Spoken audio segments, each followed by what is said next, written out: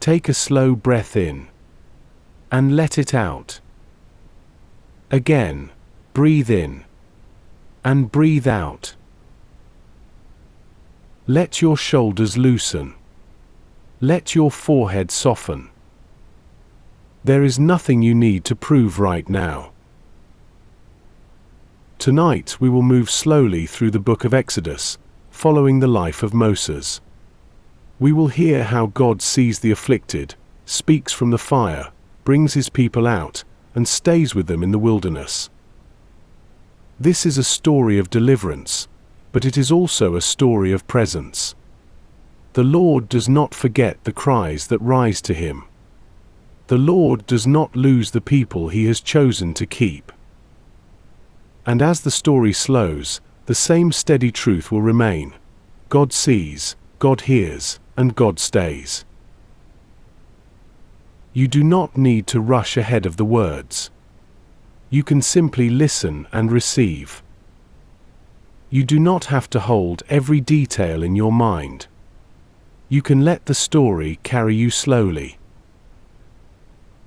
In the opening of Moses' life, Egypt is a place where fear has become policy, and Pharaoh commands that the Hebrew baby boys should be thrown into the Nile. A Levite mother hides her son for 3 months, and when she can hide him no longer, she makes a basket of reeds, coats it with bitumen and pitch, and sets it among the reeds by the riverbank. His sister stands at a distance to know what will happen, and Pharaoh's daughter comes down to bathe, sees the basket, opens it, and looks on the crying child with compassion. The child is one of the Hebrews, yet mercy arrives where power had spoken death, and the sister steps forward to ask whether a Hebrew woman should nurse the boy for her. So the child's own mother is called, the boy is kept alive, and when he grows, he is brought to Pharaoh's daughter, who names him Moses because she drew him out of the water. His life begins under threat, and yet the hand of God is already quietly preserving what Pharaoh cannot stop. The story begins with God's steady hand already at work. Moses is drawn out of danger before he can do anything for himself. The story begins with God preserving life in the middle of oppression. You are not beyond the notice of God's care. You can rest. Years later, Moses is keeping the flock of Jethro in the wilderness, and he comes to Horeb, the mountain of God, where he sees a bush that burns without being consumed. He turns aside to see this great sight, and from the bush the Lord calls his name, saying, "Moses, Moses," and Moses answers, "Here I am." God tells him not to come near, but to take off his sandals, because the place where he is standing is holy ground. Then the Lord speaks plainly. He has seen the affliction of his people in Egypt, heard their cry, and knows their sufferings. He has come down to deliver them and to bring them into a good and broad land, and Moses is told that he will be sent to Pharaoh. When Moses asks the name of the one who sends him, God answers with steady mystery, "I am who I am," and promises, "I will be with you." The Lord is already present before the outcome is seen. At the bush, Moses learns that God sees, hears, knows, and comes near.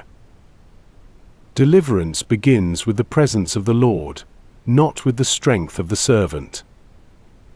You are not asked to carry what only God can carry. You can rest. Moses and Aaron stand before Pharaoh with a simple command from the Lord, "Let my people go, that they may hold a feast to me in the wilderness." Pharaoh hardens himself and answers with contempt, saying he does not know the Lord and will not let Israel go. Then the signs unfold across Egypt. The Nile turns to blood, frogs cover the land, gnats and flies fill the air, livestock fall, boils rise, hail strikes, locusts consume, and darkness can be felt. Again and again the Lord distinguishes between Egypt and Goshen, between judgment and protection, showing that he rules what Pharaoh thought he controlled. The contest is not between equal powers, and it is not uncertain who rules the river, the sky, the field, the body, and the night. Through every plague the Lord is making himself known, and every refusal from Pharaoh only sharpens the truth that no throne can resist God forever. Nothing in this scene is outside God's rule. Pharaoh resists, but the Lord steadily reveals his power over every part of creation. The God of Israel is not limited by empire, fear, or delay. You do not need to mistake delay for absence. You can rest. Before the final night, the Lord gives Israel careful instructions for Passover, telling each household to take a lamb without blemish and to mark the doorposts with its blood. They are to eat in haste, with sandals on their feet and staffs in their hands, because the Lord is about to bring them out. At midnight the firstborn in Egypt die, from the house of Pharaoh to the captive in the dungeon, and there is a great cry in the land, for there is not a house without someone dead. Then Pharaoh calls for Moses and Aaron by night and tells them to rise up and go, and the people of Israel leave with their kneading bowls wrapped in their cloaks before the dough has leavened. They plunder the Egyptians as the Lord had said, and the night becomes a night of watching, remembered through generations as the Lord brought his people out. Israel leaves not by accident and not by human permission alone, but because the Lord keeps his word and brings them out with a mighty hand. The turning point comes by God's faithfulness. The night of Passover becomes the turning point from slavery toward freedom. What God promises, he brings to completion in his own time. You are not trapped beyond the reach of God's deliverance. You can rest. When Israel stands by the sea and Pharaoh's army draws near behind them, the people are afraid and cry out, seeing water ahead and chariots behind. Moses tells them not to fear, but to stand firm and see the salvation of the Lord, for the Egyptians they see that day they shall never see again. The angel of God moves behind the camp, the pillar of cloud stands between Israel and Egypt, and the Lord drives the sea back by a strong east wind all night. The waters part, the people pass through on dry ground, and when the Egyptians pursue, the waters return and cover the chariots and horsemen. Later, in the wilderness, the people are given manna from heaven, water from the rock, and the daily reminder that their life will be sustained by the Lord who brought them out. The journey is not empty after rescue, because the same God who opens a path also provides bread, water, and guidance along the way. The Lord continues to care after the crisis. The Lord makes a path where there was no path and gives provision where there was no storehouse. Deliverance is followed by daily care, not abandonment. You can trust God for the next step as well as the great rescue. You can rest. In the wilderness Israel comes to Sinai, and the mountain trembles with thunder, cloud, trumpet sound, and the holy nearness of God.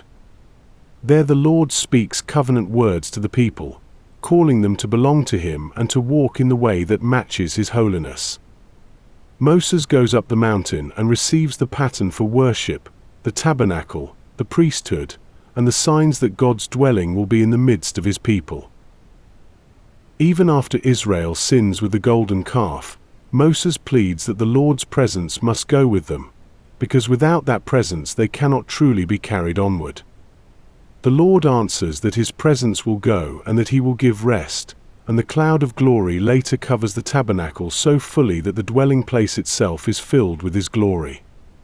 Exodus settles not only on escape from bondage, but on the deeper gift that God chooses to dwell among the people he has redeemed. The story settles in the gift of God's presence.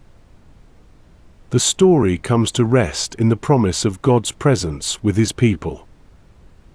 The greatest gift in Exodus is not only freedom, but the Lord Himself drawing near. You are not asked to walk without the presence of God. You can rest. Now the story can become simple. No new scene is needed. The same truth remains. The Lord is still faithful. God saw the affliction of His people. God heard their cry. God remembered His covenant. God brought them out with a mighty hand. God gave bread in the wilderness. God chose to dwell among them. You are not forgotten before Him. You are safe in God's care. You do not have to carry anything more from the story. You can rest. Now the story can grow quieter. No new scene is needed. Only the truths that remained underneath every scene. God saw His people. God heard their cry. God called Moses. God opened the way. God fed them in wilderness. God gave His presence on the road. You are safe in God's leading.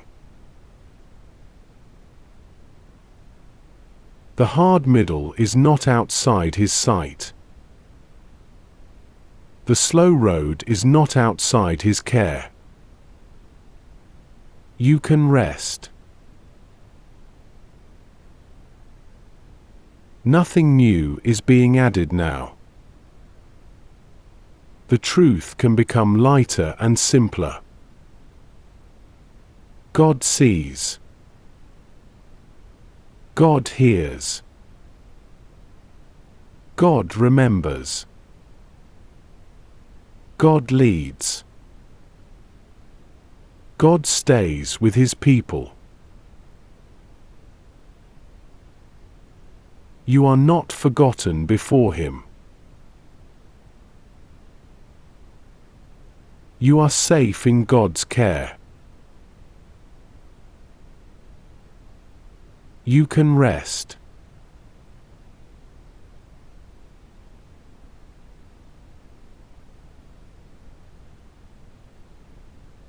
You are not forgotten before Him. You can let the night be quiet. God sees. God hears. God leads. He is present in the basket, the bush, the sea, and the wilderness.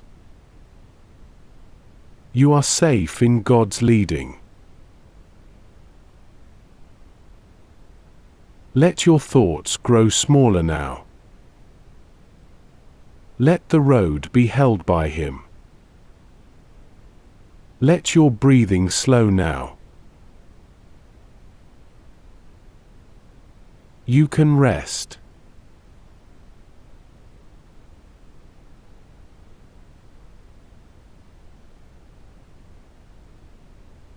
You can rest.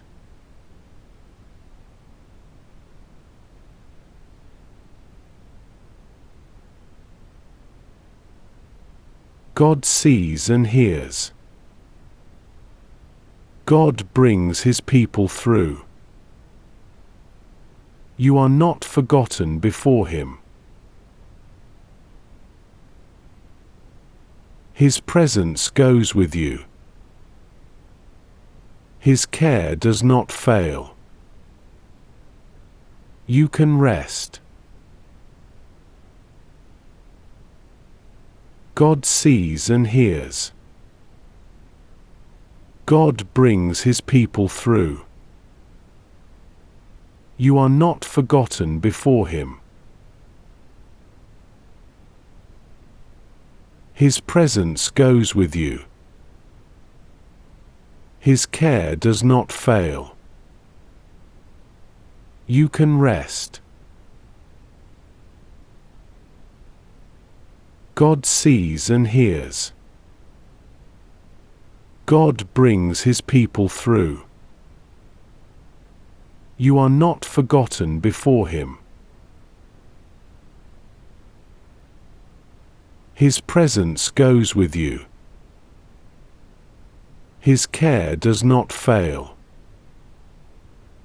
You can rest.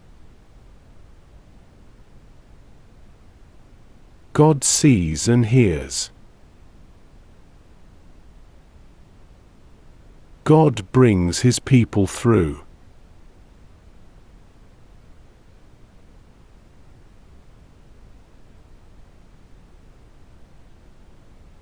You are not forgotten before Him.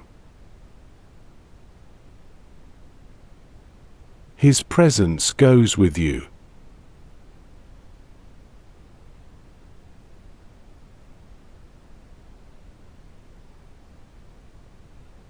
His care does not fail. You can rest.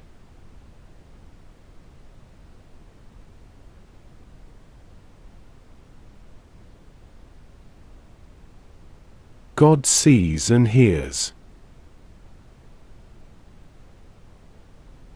God brings His people through.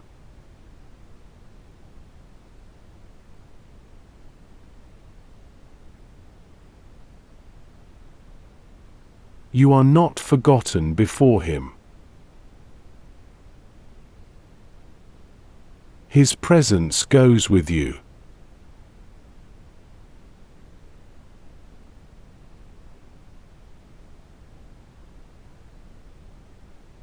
His care does not fail. You can rest.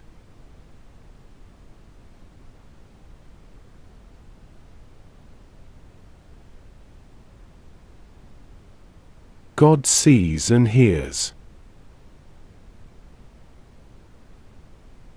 God brings His people through.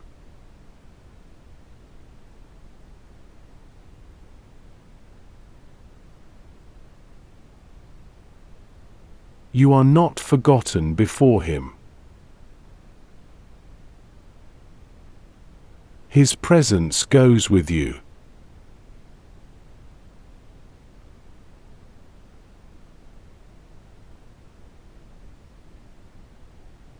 His care does not fail. You can rest.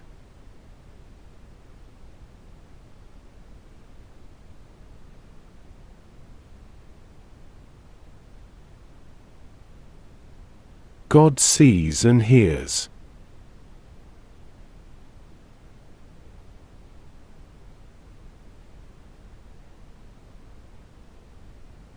God brings His people through.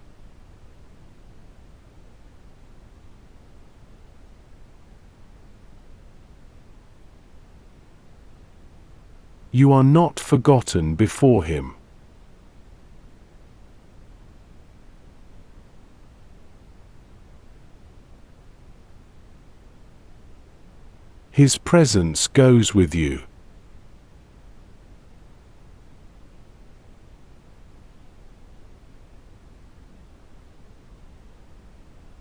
His care does not fail.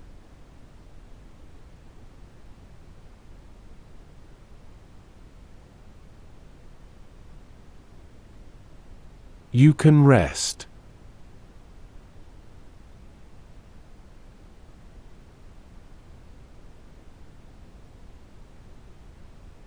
God sees and hears.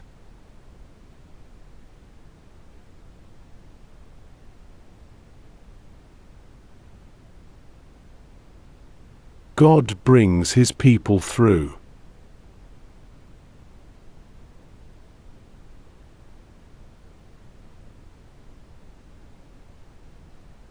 You are not forgotten before him.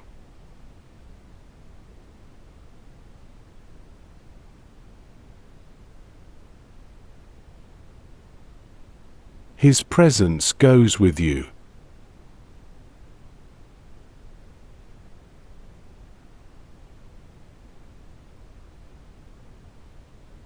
His care does not fail.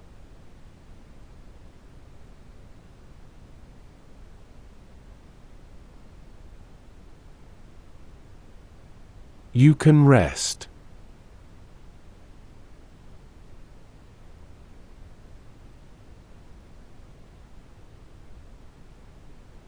God sees and hears.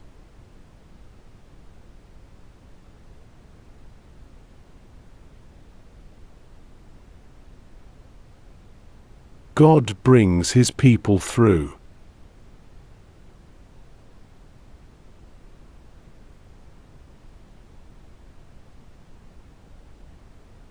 You are not forgotten before him.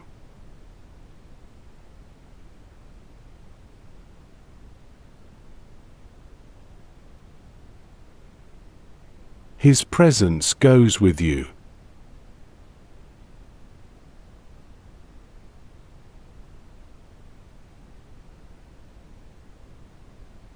His care does not fail.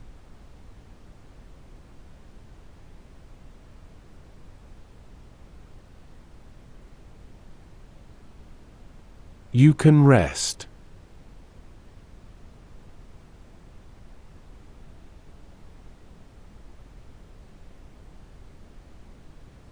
God sees and hears.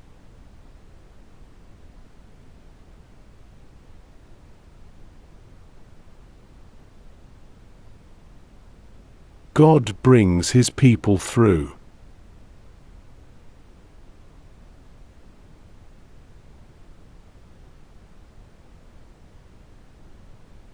You are not forgotten before him.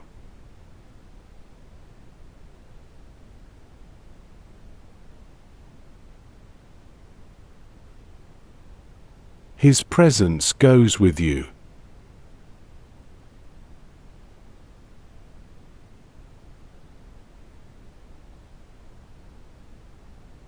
His care does not fail.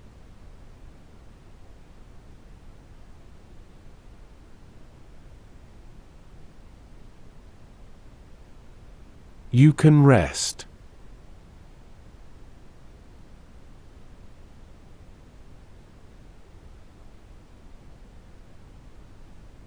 God sees and hears.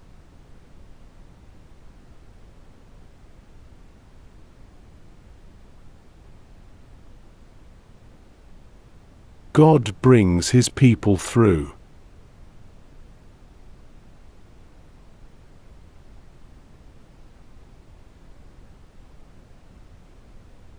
You are not forgotten before him.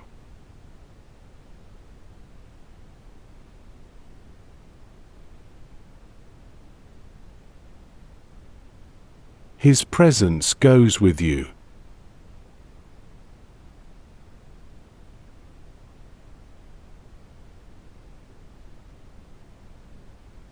His care does not fail.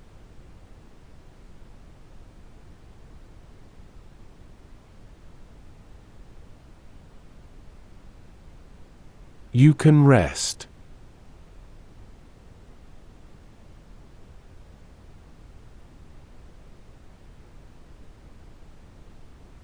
God sees and hears.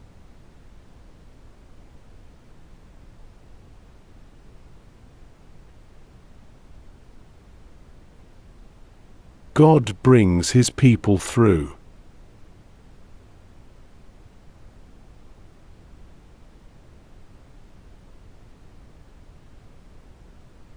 You are not forgotten before him.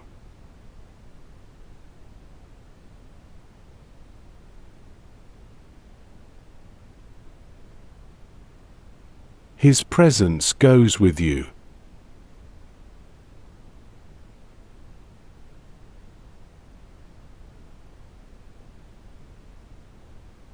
His care does not fail.